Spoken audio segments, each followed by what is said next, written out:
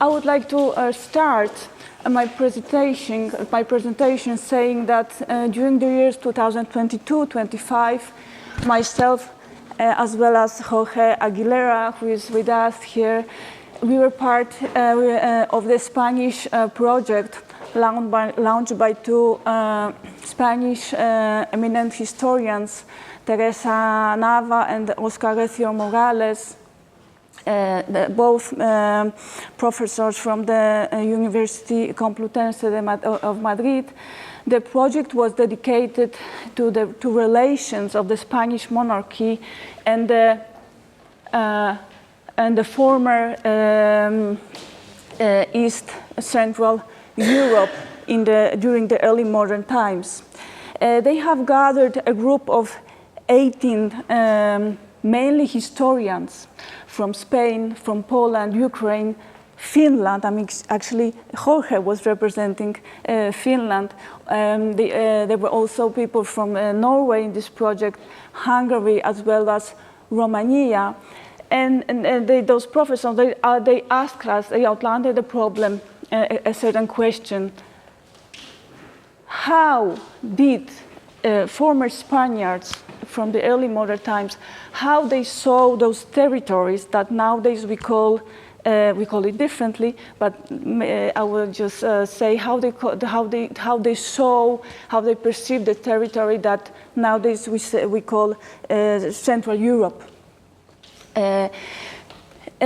So today I will just try to give a certain, like a quick outlook, a very general trajectory of the Spanish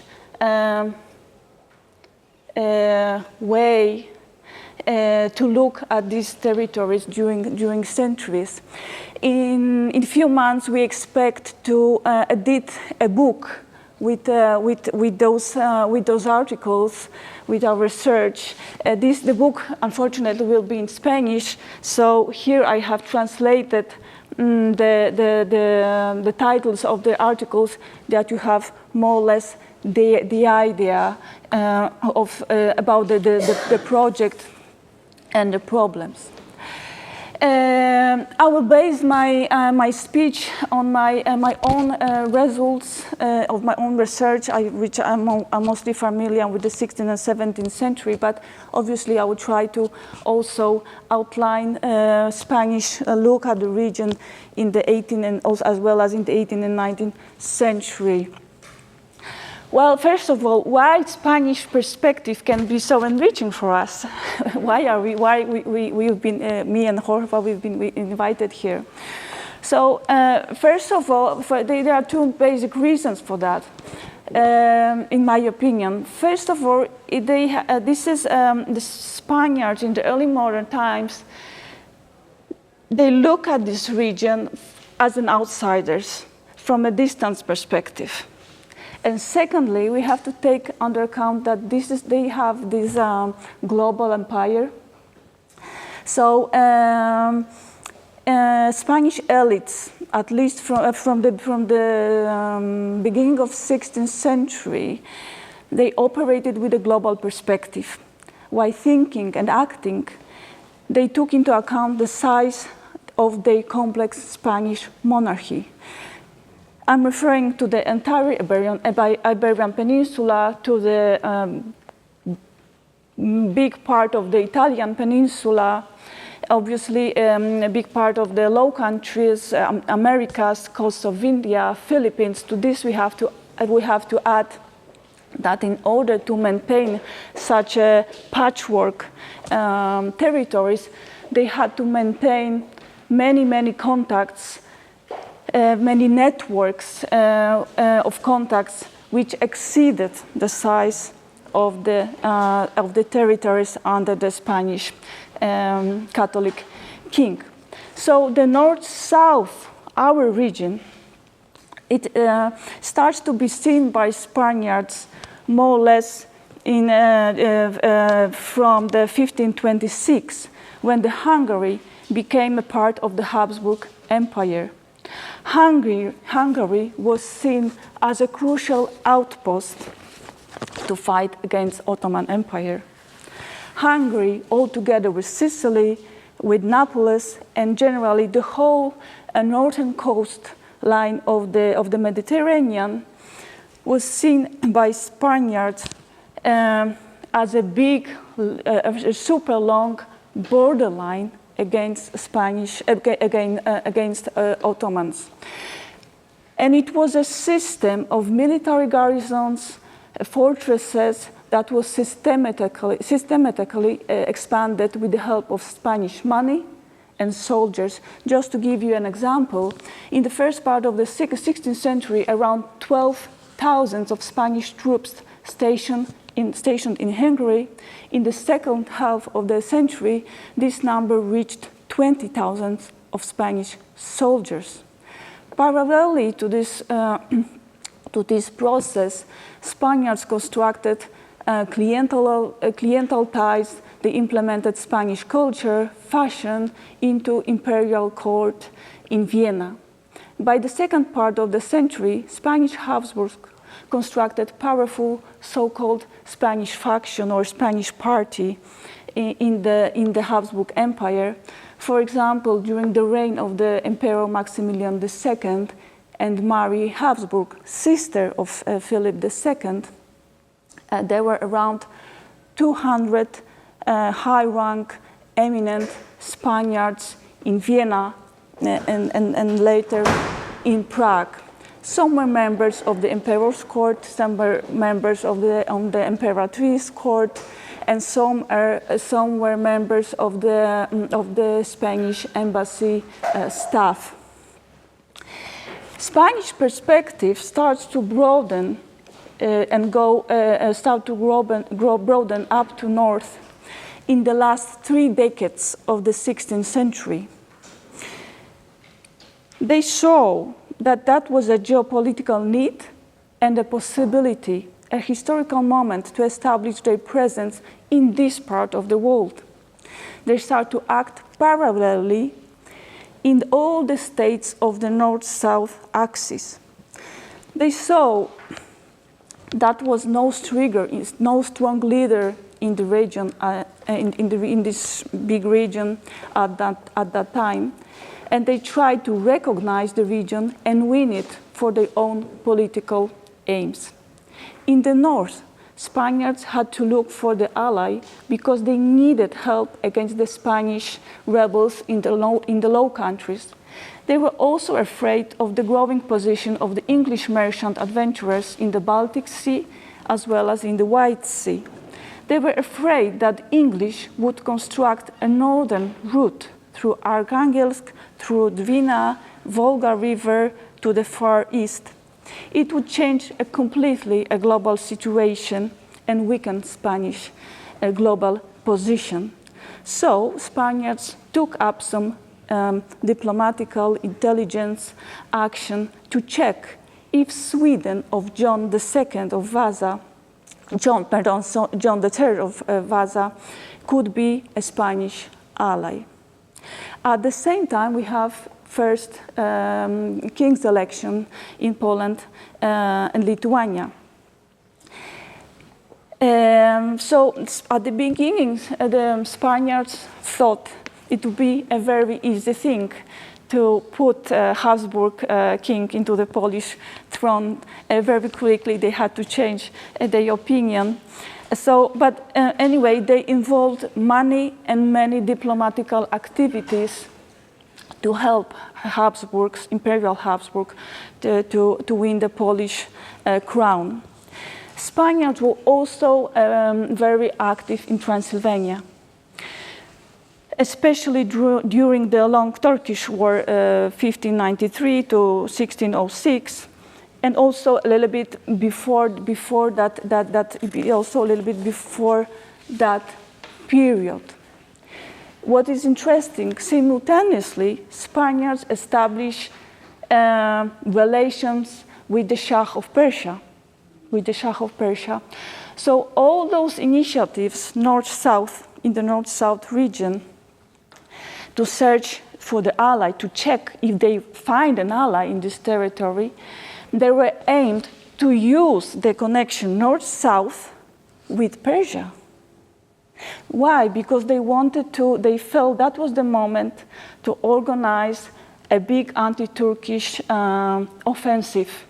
And then they wanted to join this land, they wanted to construct this big land block in the north and in the east to attack Ottomans. They really believed that the end of 16th century and the beginning of 17th century was the time to join forces and to launch a land attack on the Ottomans, as I have said, from all these territories, from Persia, south, and also from the Mediterranean. Depending on the situation, in all these countries, states, north, south, they used official Spanish diplomatical missions. They cooperated with imperial diplomacy and intelligence. They also secretly cooperated mainly with Jesuits, because this is also the moment when they saw that Jesuits were constructing a vast network of the schools in the north-south region. Here I just want to mention the big role of the Vilnius Academy in this process, because at that time in Vilnius, Vilnius Academy was obviously a very vibrant cultural and scientific center, but also quite a few eminent Spanish philosophers and thinkers were teaching there, and they maintained contacts with Spanish diplomacy. We have also documented cooperation of Spaniards obviously with Antonio Posevino, with Krzysztof Warszawicki, as it referred to the Swedish issues. Another important Spanish Jesuit, Antonio Carrillo, was involved in the relations with Sigismund Báthory in Transylvania. Spaniards, obviously, they used other methods. Most common was the money or the promise of the money. the two very, very, very different things. In some cases, like in the case of Sigismund Báthory from Transylvania, and later on the case of Sigismund Vasa and Władysław Vasa, Spaniards condecorated them with the Order of the Golden Fleece. Anyway, in these 3 decades, Spaniards tried to win at least a part of the north-south axis for the Habsburgs. They wanted to repeat exactly the same what previously Habsburg made with the Bohemia and Hungary. They failed. The alliance with Sweden did not work out when it became clear they would not convert to Catholicism. Instead, they joined Protestant anti-Habsburg coalition.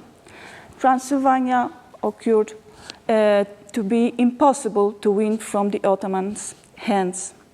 3 elections in Poland-Lithuania occurred to be very tough and negative experience for Spaniards. In their eyes, the rejection of the Habsburg candidate by Polish nobility meant the rejection of the offer to join a Habsburg bloc of states that were culturally, military, politically powerful, a bloc of monarchies based on a powerful position of the king, on Catholicism, anti-Protestant, and above all, anti-Ottoman sentiment. Instead, Polish nobility was choosing each time a puppet rulers who advocate first and above all peaceful relations with the Ottomans. And that was the thing they could not understand.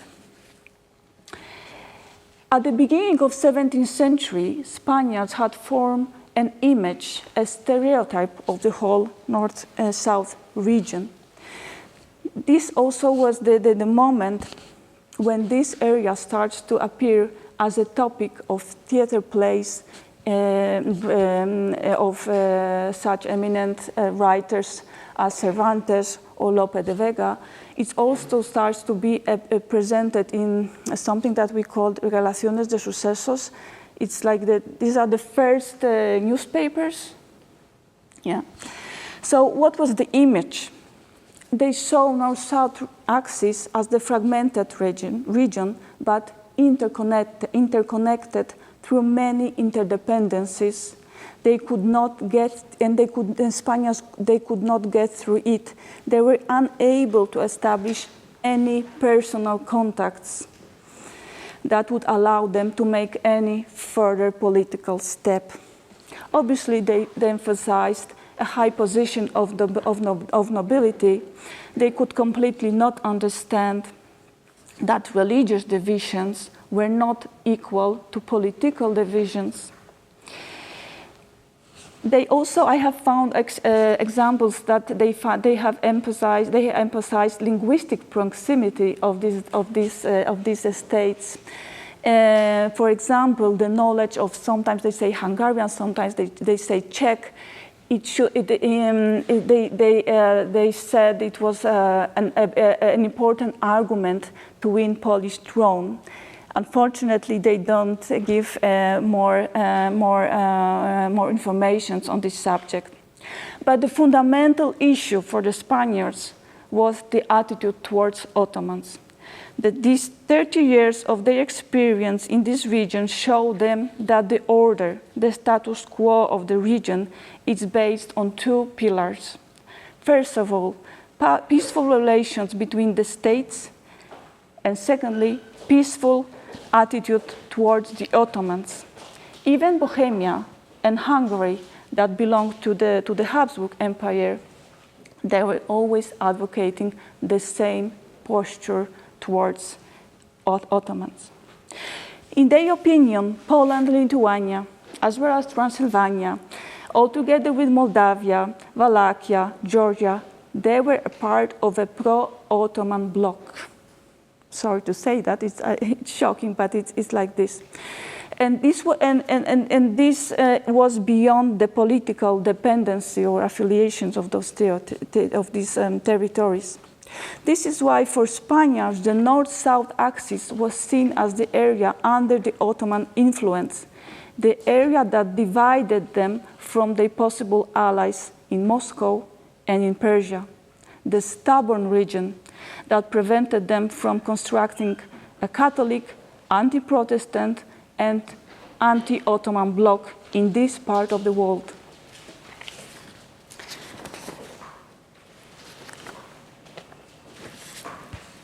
Later on, in the 17th century, during the 30 Years' War, Spaniards limited their actions mainly to Poland-Lithuania. Their aim was to prevent Polish-Lithuanian vassal rulers from joining the Protestant and anti-Habsburg bloc. But the strategy was to make generous offers, such as the creation of the Vasa-Habsburg Baltic fleet, or after it became clear that the Kingdom of Portugal was lost to Spain, they offered this kingdom to Jan Kazimierz. In any case, promises were multiplied to keep the Vasa away from a possible alliance with the Protestants. However, they knew very well, they knew very clearly that the nobility would not support the Vasa politics, because the North-South axis was based on the other fundaments. In the 18th century, when the situation was completely different, Bourbons, not Habsburg ruled in Spain. Also, the Ottoman Empire was much weaker. Spain finally realized a scenario that it had failed to implement in the 16th and 17th century. In the middle of the 18th century, they established consulate in Gdańsk, but they treated it as a gateway to Russia, which they treated as a real partner.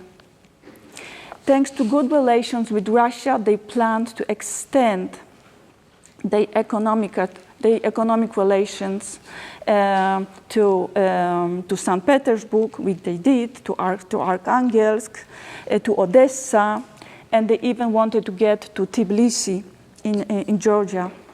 They also had plans to get through this route to Persia and India. They established Spanish Oriental Company. In the 19th century, they were able to establish East-West economical chain extending from Havana to Tbilisi. It would not be possible without a good cooperation with Russia, a partner that in this part of the world they never had before. To sum up, during the early modern times, former Spaniards saw the North-South axis as a space separate from the Habsburgs and from the Moscow. Sweden was a part of this axis just for a short period of time at the beginning of the rule of the Sigismund Vasa. They perceived it as a region strongly dependent on the Sultan, not connected, not cooperating, but dependent. At the same time, they clearly saw its role as an important link to the East, to Moscow and to Persia. So even in the early modern times, they saw not only North-South connection, but also an Eastern connection, and the connection of the most obvious one with Turkey, with the Ottoman Empire. Thank you so much.